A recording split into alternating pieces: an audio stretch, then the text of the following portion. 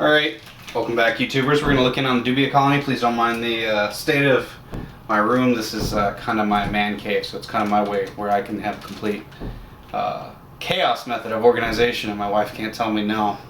So it's also a great place to raise your roaches because your wife's not going to go in there anyway because of the chaos method. Twofold. She's not going to organize my stuff because the roaches are here, and she doesn't mind the roaches here because she doesn't go in here because of the chaos method. Alright, so lifting up the container. I really need to make a habit of actually taking a quick look around, make sure nobody's hitching a ride on the top. Alright, so I got to admit, I'm having a harder time keeping the temperatures a little high, so the population's growing a little slower than I would care for. But you can see we've got some babies up here. So we are getting some breeding. Are they always that big? They will get that big when they're full grown. Oh my gosh. Yep.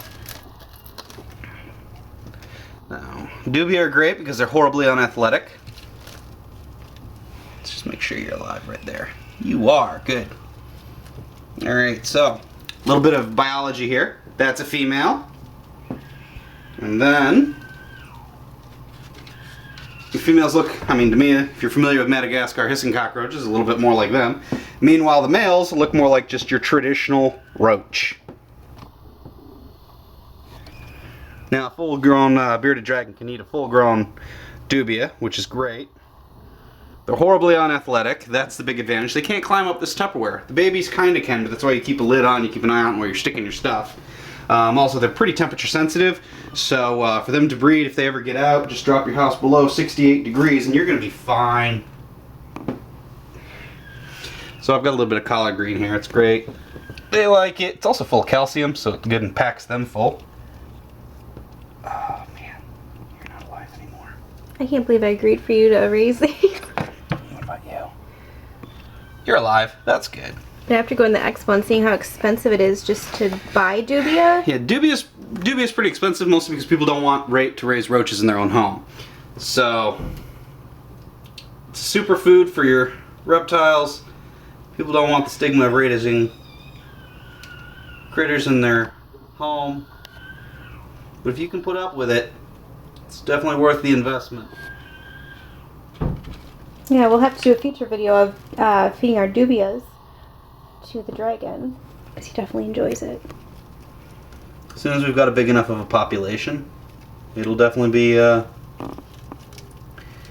in the cards. You know, our friend Savannah Monitor also can have them, right?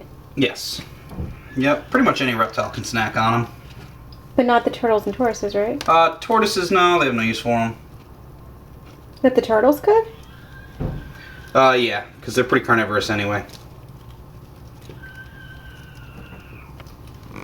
That's so gross. Kind of look like isopods when they're babies. You can hear them moving. Yeah. Oh, I'm glad that our population is growing. That's good. Some little refreshment for them. They need water? Yep, they do need water. You don't want them to drown, so I give them water crystals. Pretty typical in the insect world. They have to chew on the crystals to get the water out. So it works pretty well. A little more for you down here.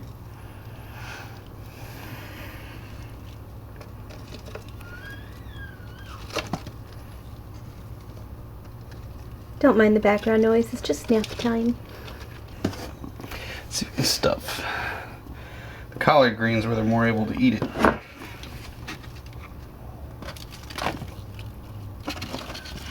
we go. Gently stack the egg crate down like this. How often do you check on your Dubia roaches to make sure they're alright? Every other day or so. I mean, bottom line is, they are roaches. This population would be booming a little more if I could keep the temperature at about 85, 90 degrees.